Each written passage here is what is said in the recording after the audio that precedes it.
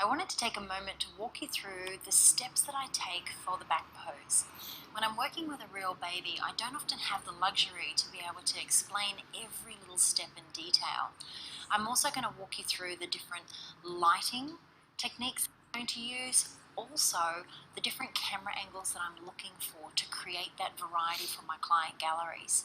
So I'm going to use my fake baby because she's not going to obviously have any reflexes or movements which will allow me to explain things in great detail and what I'm looking for in this pose. So when I do take a baby at the beginning of the session, I start with them in my lap. When I do the back pose, it's the very first pose that I'm looking for when I start with my posing bag. So I start with them on my lap, which allows me to transition them easily over onto the bag.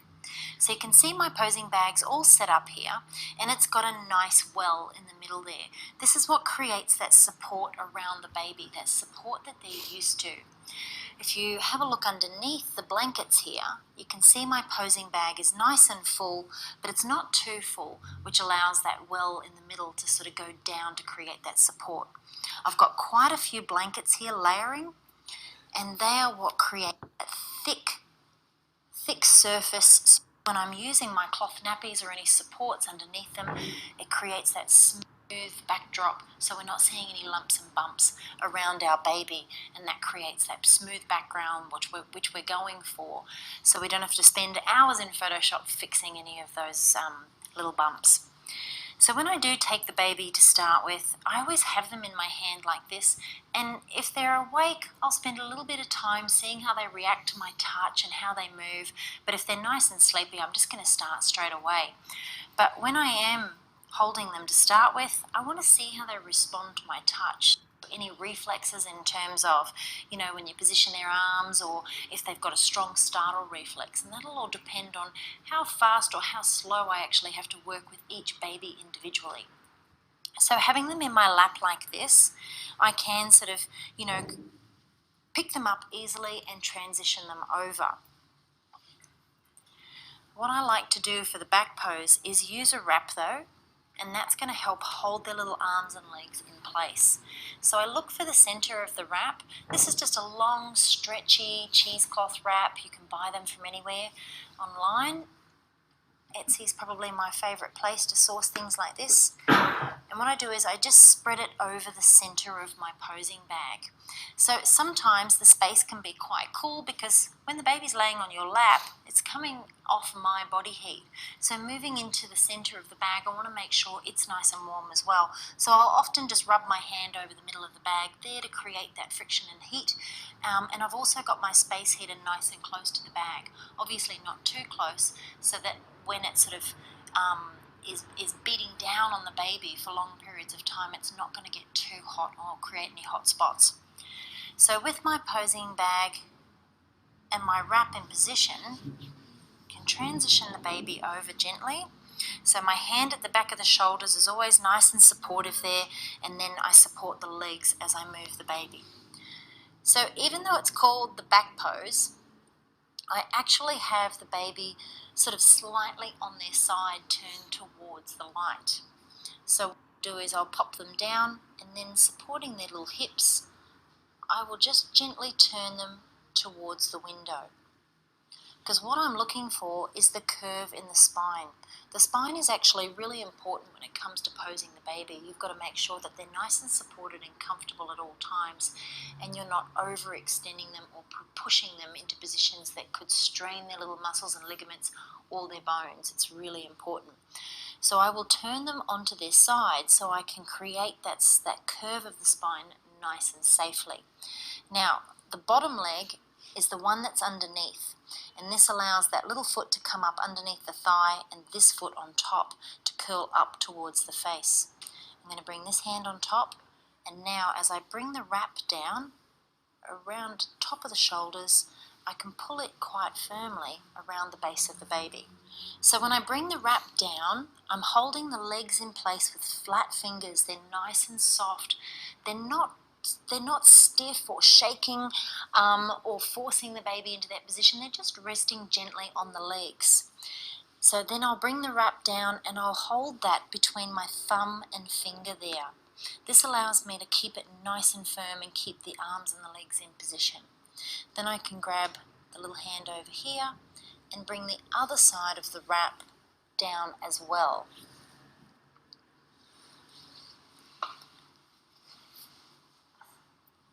So I can swap my hands out, still holding that in place, to be able to bring this side of the wrap down and around the baby.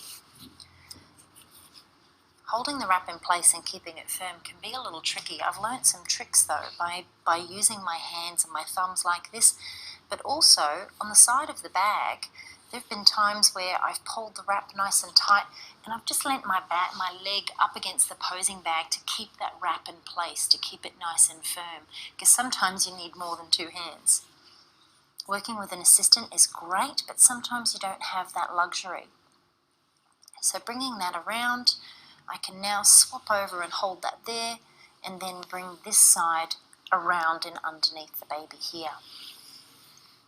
So depending on how long your wrap is, you can either tie it off or you can continue to wrap it around the baby. But if it's a long wrap like this and you keep wrapping it around and around, you're going to make it look really bulky and you'll take the emphasis off the actual baby themselves. So I'm going to bring the side of the wrap here, up and around and underneath, which will create some support under these little arms and legs here. Holding the wrap in place with my knee on the bag here, I can now lift the baby's head and bring the wrap up underneath gently.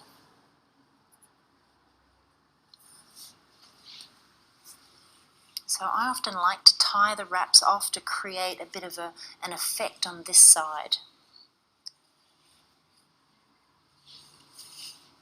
So I'll just give that a little bit of a tie for now. Okay, turn it back onto a side there and bring that foot up.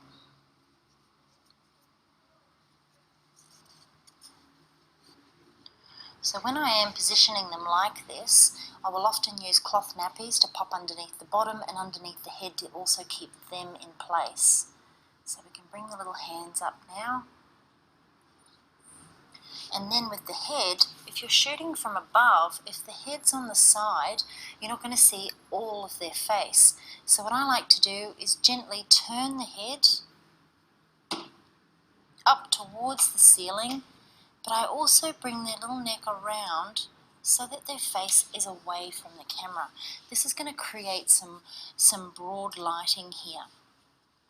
And then when I put some support underneath the baby, from the back of the head, I can bring their little head up and I can still see all of their face and hands and feet like that. So I'll just tidy this wrap up a little bit.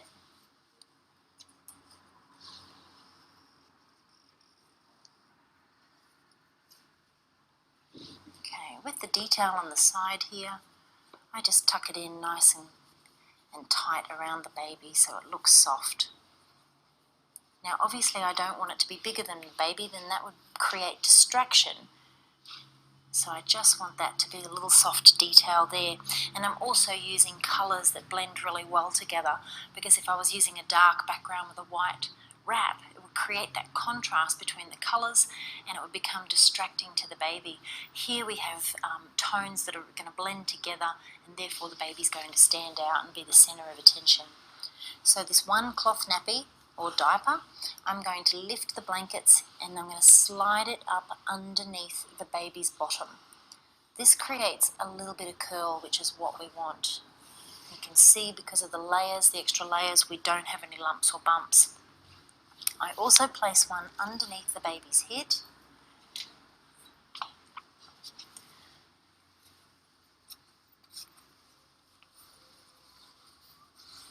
And see, I don't have my backdrop pegged up. I've actually got it completely sort of flat over the bag. And you can see that just curling the baby's head up towards its body to make it nice and curly. So if my backdrop was pegged up, I would create this wall, but I just want it to be nice and flat here around the baby. So bringing that hand up, and those little feet over there.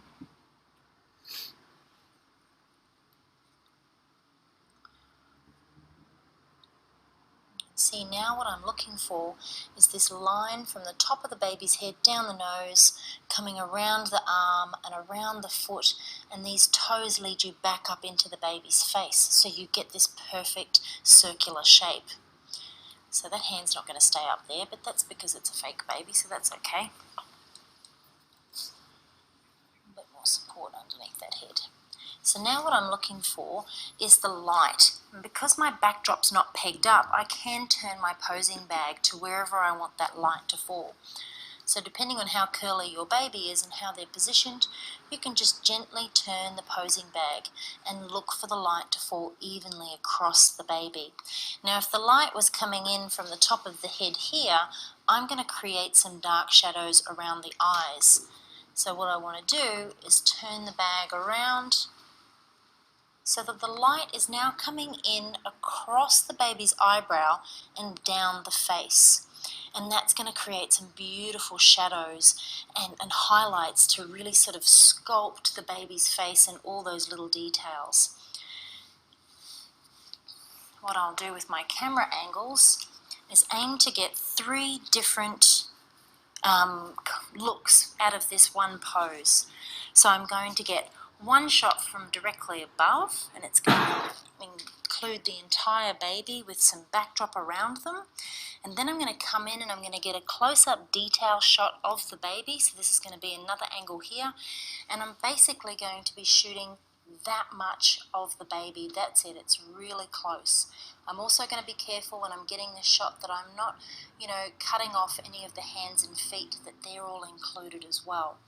But what I do love to do when I've got this pose set up is come back from this side and shoot into the light to get a backlit shot. I love this angle and I think that it shows off all the baby's features beautifully. So they're my 3 different camera angles.